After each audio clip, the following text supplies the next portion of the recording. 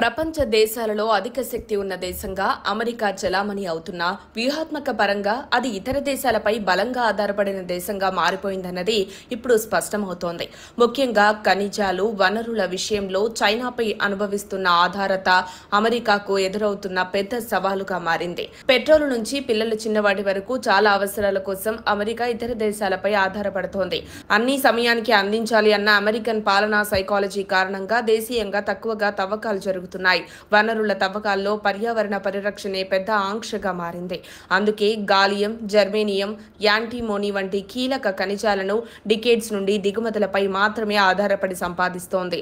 US geological survey ప్రకారం germanium అవసరాల్లో సగం పైగా భాగాన్ని చైనా అందిస్తోంది. గాలియంను అమెరికా 1987 తర్వాత తవ్వకాలు చేయడం మానేసింది. ఇదే సమయంలో జపాన్, చైనా, జర్మనీ వంటి దేశాల నుంచి దిగుమతులు పెరిగాయి. అంటే అమెరికా వద్ద ఖనిజ వనరులు ఉన్నా వాటిని వాడే వీలు లేకుండా చేసేవి నిబంధనలు, చట్టాలు, విధానాలు. అమెరికా తాత్వికత చాలా స్పష్టంగా ఉంది. తమ భూభాగాన్ని పర్యావరణ పరంగా స్వచ్ఛంగా ఉంచాలి, కానీ ప్రపంచంలోని వనరుల్ని తీసుకురావాలి. ఆయుధాల శక్తితో ఇతర దేశాలను ప్రభావితం చేస్తూ అవసరమైన పదార్థాలను తమ వైపు తిప్పుకోవడమే వారి వ్యూహం.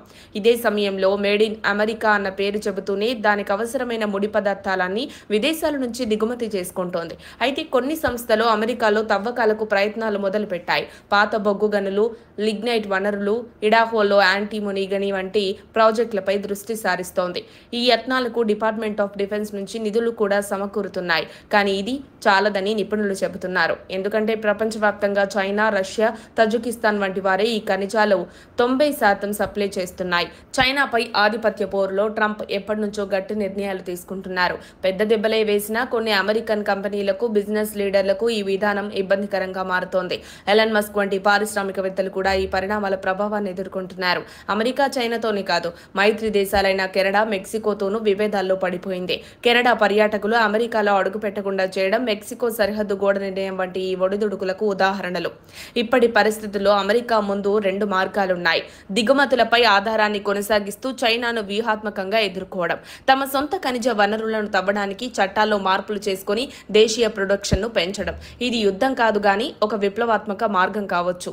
అమెరికా ప్రజల జీవన శైలి అవసరాలను బట్టి చూస్తే కాయకష్టం చేసి ఉత్పత్తులు చేయడం ఒక పెద్ద సవాలు. కానీ అదే లేకపోతే భవిష్యత్తులో అమెరికా వనరుల కొరతతో తలపడాల్సి వచ్చే అవకాశం ఉంది. చైనా ఆధిపత్యాన్ని చెరిపేసేందుకు అమెరికా గట్టి పోరాటం చేస్తోంది. కానీ అందుకు సరిపోయే అంతర్గత మార్పులు తీసుకురాకపోతే ఈ పోరాటం తాత్కాలికంగా గెలిచినా దీర్ఘకాలంలో ఆ దేశ స్థిరతకే ముప్పు కావచ్చు. ఇదే సమయంలో మేక్ అమెరికా గ్రేట్ అగైన్ అన్న వాగ్దానం నిజం కావాలంటే అమెరికాకు దిగుమతులపై ఆధారాన్ని తగ్గించేందుకు భూగర్భ వనరులను సమర్థంగా వినియోగించుకోవాల్సిన అవసరం ఉంది. మరిన్ని అప్డేట్స్ కోసం మా కాయ్ టీవీని సబ్స్క్రైబ్ చేసుకోండి. మా వీడియో కనుక మీకు నచ్చినట్లయితే లైక్ చేయండి, షేర్ చేయండి. మీ విలువైన అభిప్రాయాలను కామెంట్ బాక్స్లో తెలియజేయండి.